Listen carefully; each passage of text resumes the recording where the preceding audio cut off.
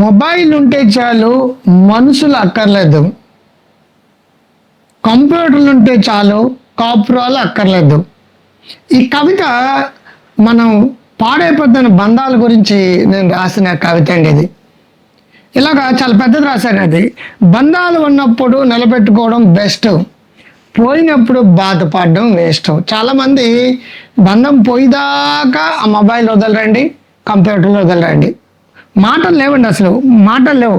అతను బిజీ అని ఆమె బిజీ అని అతను, ఇద్దరు కాల్ చేసుకోరండి. మా అబ్బాయి మంచాడు, మా అమ్మాయి మంచిది. జాతకాలు, వాస్తుదోషాలు అన్వేషణలో పెద్దలు బిజీ. ఓటీటీలపై వచ్చే అన్నీ చూస్తారు, కాపురాన్ని కుటుంబాన్ని తప్ప. కాపురాలు అక్కర్లేదు, కంప్యూటర్లు ఉంటే చాలు. మనుషులు అక్కర్లేదు, మొబైల్ ఉంటే చాలు. బంధాలు ఉన్నప్పుడు నిలబెట్టుకోవడం బెస్ట్, పోయినప్పుడు బాధపడడం వేస్ట్. 4 ఏళ్ల క్రితం నేను రాసిన కవిత అండి అది. ఈ అనుబంధాలు అనేది భార్యాభర్త సంబంధాలు కావచ్చు, కుటుంబ సభ్యుల సంబంధాలు కావచ్చు, అన్నీ కూడా జీరో అయిపోతున్నాయి. ఒక ఆత్మీయత లేదు, ఒక అనురాగం లేదు, ఒక ప్రేమ లేదు. పెళ్ళిళ్ళు ఎందుకు చేసుకున్నారో తెలియదండి. అందుకదే marriages are made in heaven అంటారు, స్వర్గంలో నిర్మించబడదని. మరి కాపురాలు ఎక్కడ? నరకంలోనా? నరకాన్ని మీద చేసుకుంటున్నారు, అవి నరకంలోకి వెళ్ళలేదండి.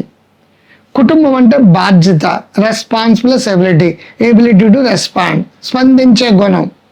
ఇది నా ఇల్లు, నా కుటుంబం అని కోడలు అనుకోకపోతే నాకు అవసరం ఉంది అని అనుకున్నప్పుడు ఆటోమేటిక్గా తెలియకుండా గొడవలు అవుతాయి. మొగుడు కూడా ఇది మా పెళ్ళం బాధ్యత, నాకు సంబంధం లేదు అనుకుంటే ఆటోమేటిక్గా గొడవలు అయిపోతాయి.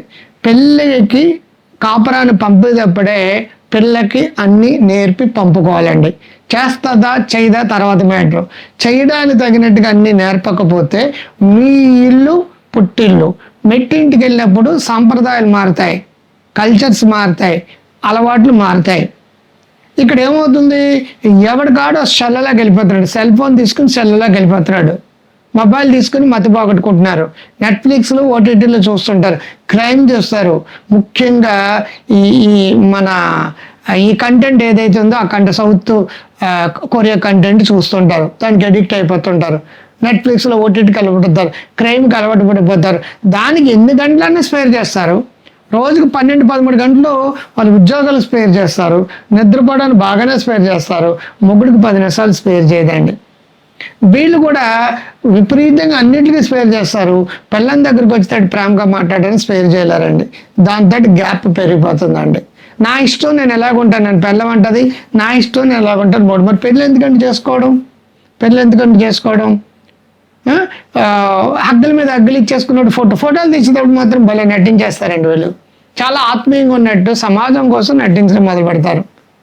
దానివల్ల ఏమైపోతుంది, నిజమైన ప్రేమకి గాయం జరుగుతుందండి. ఒక ఎమోషన్స్ అన్నీ కూడా పూర్తిగా తుడిచిపెట్టిపోయి పొజిస్తుంది. కొంతమంది డింక్ అనే కాన్సెప్ట్ వచ్చింది. Double income, no child. 3 పిల్లలు ఇద్దరు సంపాదించాలి, అది డబుల్ ఇన్కమ్. అంటే నో చైల్డ్ అంటే మాకు ఏ పిల్లలు వద్దు, మేము ఆ బాధ్యతలు మోయలేమని చెప్పేసి.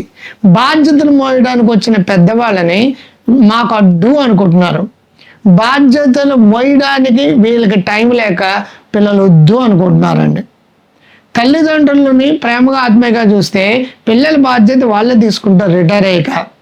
వాళ్ళు మాకు అడ్డు అనుకుంటున్నారు. పెద్దవాళ్ళు చెప్పే మాటలు నస అనుకుంటున్నారు. రాత్రి భోజనం చేస్తున్నారు, పడుకుంటున్నారు. పొద్దున్న ఆఫీస్కి వెళ్తున్నారు, రాత్రి వస్తున్నారు. శనివారం ఆదివారం నెట్ఫ్లిక్స్ మొదట్లో కూర్చున్నారు. మళ్ళీ ఖాళీ దొరికినప్పుడు మొబైల్లో కూర్చున్నారు. మళ్ళీ ఖాళీ దొరికినప్పుడు కంప్యూటర్లో కూర్చుంటారు. అరే, కొన్ని లక్షల రూపాయలు జీతం ఇచ్చే కంప్యూటర్కి ఉద్యోగానికి ఇచ్చిన ఇంపార్టెంట్ కట్టుకున్న మొగుడికి, కట్టుకున్న పెళ్ళానికి ఎవరేటండి? ఒక అగ్గి చేసుకోలేరేటండి? ఒక పొగడరండి? ఇద్దరు కలిసి భోజనం చేయలేరండి? ఒకరికొకరు సాన్నిధ్యంగా ఉండారండి? ఒకరు పడుకోరండి? ఒకరు కన్నీళ్ళు కాడితే ఒకరు తొడలేరండి? కన్నీరు కాడితే ఏంటిది, ఆడపిల్ల ఏడుతామని మగాడిని అంటారు. అమ్మాయి ఏడితే మాటికి ఏడుతుందని అబ్బాయి అంటున్నాడు. ఇలాగ అనుకోకూడదు. కన్నీళ్ళు కార్చడం అంటే నిన్ను నమ్మి నీ దగ్గర కన్నీళ్ళు కార్చున్నాడంటే అర్థం ఏంటంటే నీ మీద ప్రేమ ఉందని అర్థం. నువ్వు అర్థం చేసుకుంటాను అర్థం చేసుకుని ప్రేమగా ఆత్మీయంగా వెళ్ళ పడుకోవడం కన్నీళ్ళు తుడిచేస్తే మీ ఇద్దరి మధ్య బంధవ్యం పెరుగుతుంది, బాండింగ్ పెరుగుతుంది, ట్రస్ట్ కెమికల్ రిలీజ్ అవుతుంది. ఎంతమందికి ట్రస్ట్ ఉంది? మిస్ట్రస్ట్ ఉందండి, మిస్ట్రస్ట్ ఉంది. దాంతో భార్యాభర్తల మధ్య తగాదాలు వస్తున్నాయి. 11,75,000 మంది ఈనాడు విడాకుల కేసులు పెండింగ్లో ఉన్నాయి భారతదేశంలో. ప్రతి నెల సుమారు 300 కేసులు హైదరాబాద్లో ఫ్యామిలీ కోర్టులో కేసులు పెడుతున్నాయండి, విడాకుల కేసులు. అదేని ఏ పోలీస్ స్టేషన్లోనే సరే 498 కేసులే, అబద్ధపు కేసులు పెడుతున్నారు. ఏదన్నా కేసు పెట్టాలనుకున్నాడు ఇమీడియట్గా మొట్టమొదట నా మొగుడు సంసారాన్ని పనిచేయడం అని చెప్పి సానుభూతి డ్రామా కోసం కోట్లు 50 లక్షలు, 60 లక్షలు, 40 లక్షలు డిమాండ్ చేస్తారు. అదంతా నాటకం, ఇట్స్ ఎ డ్రామా. అసలు ప్రేమతోటి సంబంధించిన దాంట్లోకి పెద్దలు వచ్చి ఈ అబ్బాయిని పట్టుకుని ఇరిటేట్ చేయడంతో అబ్బాయి సూసైడ్ చేసేసుకుంటున్నారు, ఏడుస్తున్నారు. మళ్ళీ ఏడిస్తే తప్పు అంటారు, మగాళ్ళు అడ్వైట్ అంటారు, ఎప్పుడు చిన్నపిల్లలా ఉన్నాడంటారు. అరే కన్నీళ్ళు కార్చడం అనేది ఆరోగ్యము, మనసులో బాధ చెప్పుకోవడం అనేది ఆరోగ్యము. అలా చెప్పుకుంటున్నాడంటే నిన్ను ప్రేమిస్తున్నాడని అర్థము. నీ దగ్గరే చెప్పుకుంటున్నాడు, అందరి దగ్గరే కాదు. ఆఫీస్లో అలా ఉండడు, నీ దగ్గర అలా ఉండడు అంటే నిన్ను ప్రేమిస్తున్నాడు అని అర్థం. ఈ ప్రేమను పెంచుకోండి, తుంచుకోవద్దు. విడాకులు వద్దండి, కాపురాలు కూల్చుకోవద్దండి, కౌన్సిలింగ్ వద్దండి. బంధాలు అనుబంధాలు చాలా అవసరం. భార్యాభర్తలు హ్యాపీగా ఉండాలి. లేదంటే భారతీయ వివాహ వ్యవస్థ చండాలంగా మారిపోతుంది. దానికి చాలామంది ఆ పిల్లాడి యొక్క తల్లిదండ్రులు ముఖ్యంగా పిల్లలు పెట్టే కేసులు 90% ఫాల్స్ కేసులే అండి. దొంగ కేసులు పెడుతున్నారు, పెళ్లి చేసుకుంటున్నారు, విడాకులు పెడుతున్నారు. ఎవరు నేను వాకింగ్ చేస్తుంటే ఒక జోక్ చెప్పారు. ఒక అమ్మాయి బెంచ్ మీద కూర్చొని లవ్ ముచ్చట్లు చెప్పుకుంటున్నారట. నీ ప్యాకేజ్ ఎంత అని అడిగింది అమ్మాయి. నాకు సంవత్సరానికి 4 లక్షల ప్యాకేజ్ అని అడిగాను. ఓ సంతేనా, నాకు నెలకు 4 లక్షల ప్యాకేజ్ అని చెప్పింది. అదేంటి అదలా వీలవుతుందంటే ఫస్ట్ మగుడు అబ్రాడ్లో ఉంటాడు, వాడు సంపాదించిన దాంట్లో నెలకు 4 లక్షల రూపాయలు నాకు కాంపెన్సేషన్ భరణం ఇస్తున్నాడు. ఆమె హ్యాపీ. మేము ఎంతకాలం బతికితే అంతకాలం నెలకు 4 లక్షల రూపాయలు మా మొగుడు నుంచి వచ్చేస్తుంది. మళ్ళీ పెళ్ళికి రెడీ అయిపోతుంది, మళ్ళీ ఇంకో పెళ్లి చేసుకుంటుంది. వాడిని కూడా ఏదో కారణం చెబుతూ విడాకులతో మరో పేరుతో కేసులు పెడతారండి వీళ్ళు. అక్కడ కూడా మళ్ళీ తిరిగి ఒక ఇల్లు రాయించుకోవడం 40 లక్షలు, 30 లక్షలు, ₹1 కోటి, 6 లక్షలు, 1 ఎకరం గోల్డ్ మరొకటో మళ్ళీ తిరిగి చేసేస్తుంటారు. సర్వనాశనం అయిపోతుందండి వివాహ వ్యవస్థ. నోరు పాడేసేసుకుని అబద్ధపు కేసులు పెడుతున్నారు. ఇది పోలీసులకి తెలిసిపోయిందండి, జడ్జిలకి తెలిసిపోయిందండి, లాయర్లకి తెలిసిపోయింది, సుప్రీంకోర్టు వరకు తెలిసిపోయింది, మినిస్టర్లు, ఎమ్మెల్యేలు, ఆఖరి ప్రధానమంత్రి, ముఖ్యమంత్రులు కూడా తెలిసిపోయింది. దయచేసి ఇటువంటి ఫాల్స్ కేసులు పెట్టడం బదులు చక్కగా ఇద్దరు కలిసి ఉండడానికి నా వీడియోలు చాలా ఉన్నాయి, వందలు ఉన్నాయి, చూడండి. సెక్స్ ప్రాబ్లం వస్తే అది మొగుడు పిల్లలు విడిపోమని కాదండి, అది పరిష్కరించడానికి పద్ధతులు ఉన్నాయి. పిల్లానికి ఎవరితోటి కలిసిపోకుండా ముడిసిపోతుంది, షెల్లా కలిపోతుంది అంటే దానికి కూడా ట్రీట్మెంట్ ఉంది. సైకాట్రీ దగ్గర కొన్నాళ్ళు మందులు వాడుకోవాలి, సైకాట్రీ దగ్గరికి వెళ్ళి కొంతకాలం కౌన్సిలింగ్ తీసుకోవాలి. ఒకవేళ గైనకాలజీ ప్రాబ్లమ్స్ ఉంటే గైనకాలజీ దగ్గరికి వెళ్ళాలి. ఇవన్నీ చేస్తే ఇది 3 పిల్లల ప్రాబ్లం అంటే మ్యారిటల్ కౌన్సిలింగ్ తీసుకోవాలి. అంటే 4 ఎక్స్పర్ట్ల దగ్గరికి వెళ్ళాలి. ఒకటి భయాలు ఆందోళన నుండి ముడిసిపోతున్నారంటే డెఫినెట్గా ఎక్కడో ప్రాబ్లం ఉంది, రూట్ కాజ్ తెలుసు సైకాలజిస్ట్.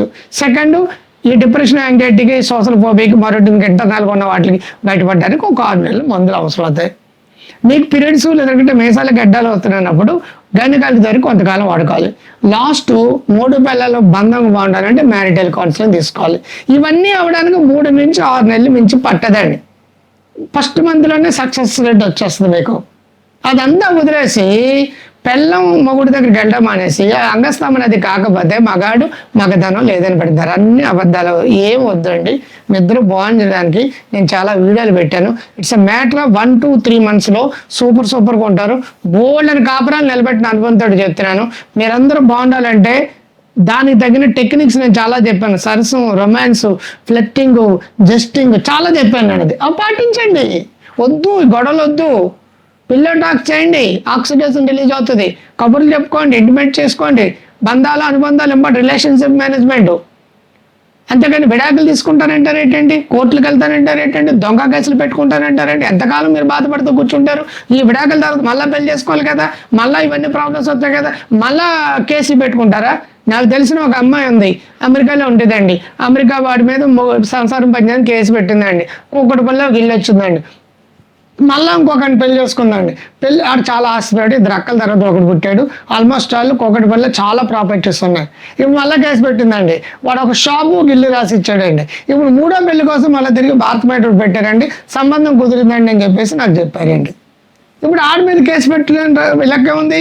ఇదంతా కేసులు పెట్టడం కాదండి, కౌన్సిలింగ్ ఇంపార్టెంట్. కొట్టుకోవడం కాదండి, కలిసి ఉండడం ముద్దు. Marriages are made in heaven అంటారు. మ్యారేజెస్ ఆర్ మేడ్ ఇన్ కాపురాలు నరకంలోని, పెళ్ళిళ్ళు స్వర్గంలోని అనే కాన్సెప్ట్ తోటి ఉండకూడదు కదా.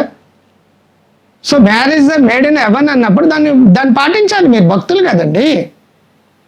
మరి కాపురాలు నరకప్రాయం ఎందుకు చేసుకుంటున్నారు? మీ కూతురికి మీ కొడుకు కలిసి ఉండడానికి తగిన కౌన్సిలింగ్ మీరు ఇప్పించుకోవాలి కదా. లేదంటే మీరు తెలివైన వాళ్ళు కదండి, గూగుల్లో తెగ ఆర్డర్ పెట్టేస్తుంటారు ఈ అబ్బాయి అమ్మాయిని. బోల్డ్ ఆర్డర్లు రోజుకి 5, 6, 7, 8 వచ్చేస్తాయి. ప్రతి విషయం వీళ్ళకి తెలుసని చెప్తారు. మరి కాపురాలు ఎలా నిలబెట్టుకోవాలో వాళ్ళకి విషయం తెలియదా? అది పాటించరే. పాటించకపోతే మన భారతీయ విద్యా వ్యవస్థ తగిలాడిపోతుంది. దీని మీద మౌడపల్ల నిజంగా బాగుండాలని కోరుకుంటే కనీసం 15 సెక్స్ సైకాలజీ బుక్కులు ఉన్నాయండి. అలాగే కపుల్ కౌన్సిలింగ్ మీద ఒక 6 పుస్తకాలు ఉన్నాయి. మనసు థెరపీ అని, బెటర్మెంట్ హార్మోన్ అని చెప్పేసి ఆడియో థెరపీలు ఉన్నాయి.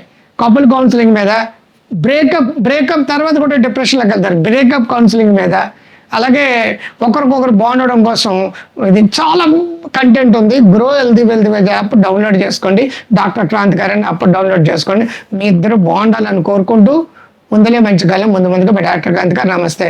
కౌన్సిలింగ్స్ థెరపీస్ కావాలన్నాడు, నన్ను అప్రోచ్ అవ్వండి. లేదనుకుంటే మీకు ఇంకొక రకంగా నేను హెల్ప్ చేస్తాను. ఎవరిని వెళ్ళాలో నేను సూచిస్తాను. By, all the best.